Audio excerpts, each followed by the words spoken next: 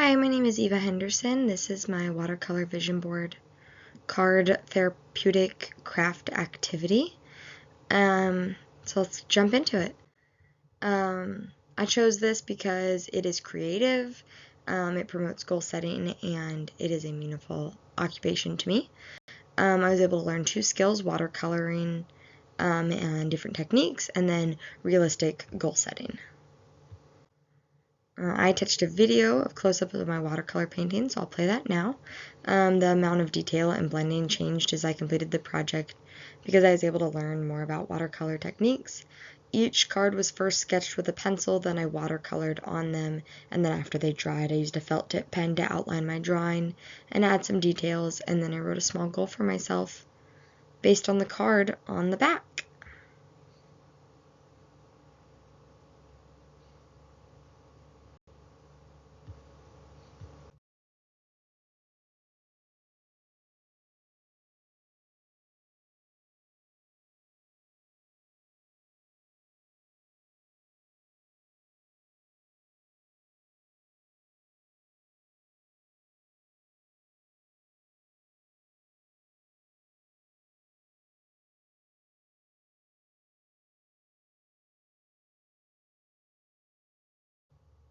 The objects I used and their properties, I used watercolor paper. It's thick and textured and absorbent. I used watercolor paints that are water soluble. They allow for layering and transparency.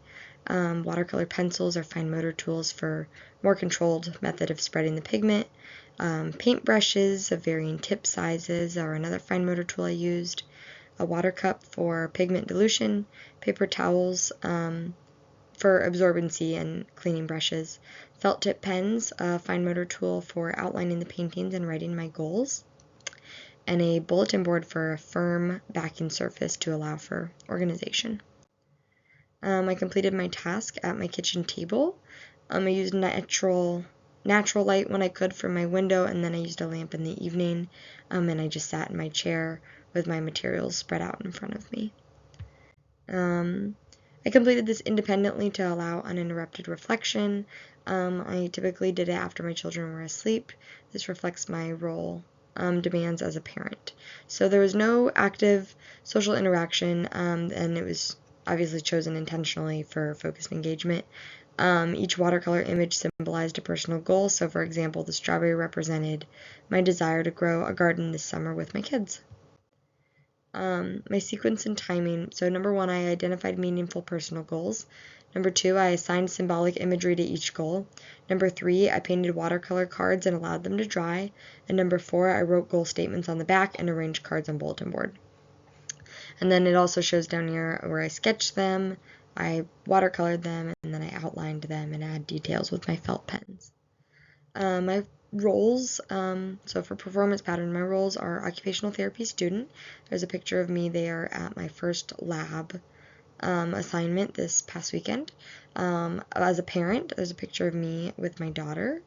And then as an individual pursuing personal growth through my goal setting that I've been doing during this project.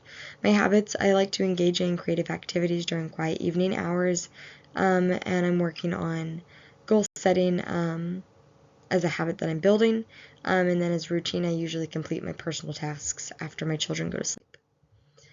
For body structures, my hands for fine motor manipulation of my brush and my pen, and my eyes for color awareness, depth perception, and overall just completing the task. For body functions, physiological, this is for fine motor coordination and visual motor integration. And then for my psychological body function, I chose sustaining attention, executive function, and being able to emotionally regulate. Performance skills. For motor skills, I put coordinates for being able to control my brush strokes and pen use. Manipulates for adjusting my paper and my tools. For process skills, I put sequences because I was able to plan the steps to complete this project. Organizes because I was able to arrange materials and generally just like keep up with them throughout the past 5 weeks.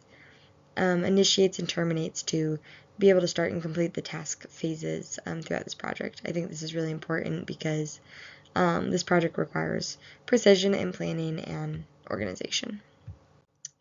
So for grading and adapting, for downgrading, I put that I was able to use larger brushes and simpler imagery instead of more detailed designs that I did later on.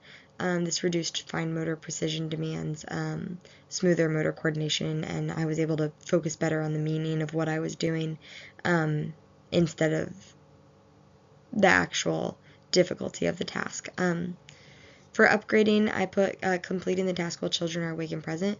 I needed to have improved cognitive skills to be able to do this because this increased my environmental demands because I was dividing my attention between my roles, and there were several interruptions, and I needed to be able to emotionally regulate during those interruptions. My therapeutic values and outcomes. The number one for me was hope and becoming more future-oriented. I was visualizing my goals to create positive anticipation about my future, and I think arranging the board with my cards made my future feel more structured and more intentional. So my evidence-based practice article that I chose was called Opening Minds Through Art. This is qualitative research because it describes the implementation of a program, case examples, therapeutic benefits. It reflects on the outcomes, talks about patient experiences. This is an article that describes the implementation of a art-based program called Opening Minds Through Art that was originally designed for dementia clients, but the program was adapted for adults in an eating disorder clinic, and the art activities they were provided with were failure-free, supported creativity, and healthy coping skills. The clients identified art as an effective coping strategy while they were at the clinic and after discharge. So I think that is very relevant to watercolor because it aligns with the occupational therapy practice framework that people should complete meaningful occupations and able to reach their goals. These are references. I've got a book on watercoloring that I browsed just to learn about basic techniques. Watercolor wet on wet technique was the technique that I used the most often, and there was a blog post that I read about it by Emily Wassell. And then my other resource was my sister, Julia Livingston. She's an experienced artist that gave me some coaching. I hope you enjoyed my presentation. Thank you for watching.